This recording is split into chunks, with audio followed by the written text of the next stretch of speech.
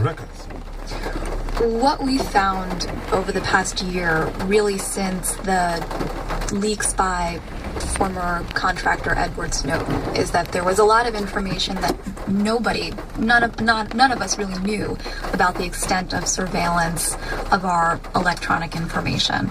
And since that all came out, what we've seen is a trickle of information about the extent of that surveillance. So we're starting to see unsealed orders from what's known as the Foreign Intelligence Surveillance Court, which approves government surveillance requests.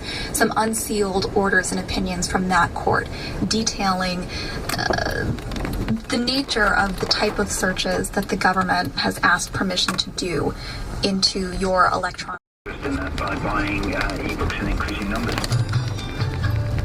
So it's the devices that actually stimulate the growth of electronic books and interest in them. In Europe, and what about us? What about Russia? What I would say that Russia is not very far behind in this respect, because if you look at, for example, public transport, people read books, and they read electronic books, because they, especially the younger generation, half or more than half?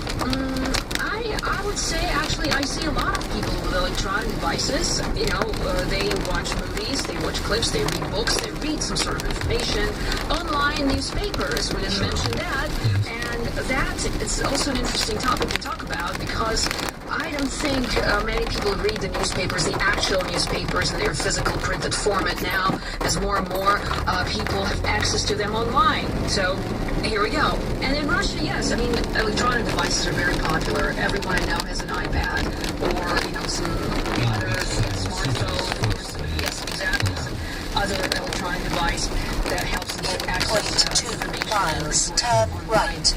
Well, you know, it's interesting to see what professionals in the industry think about the format and what sort of forecast they give to printed books, because, of course, publishers are worried. You know, it's their business, it's their life.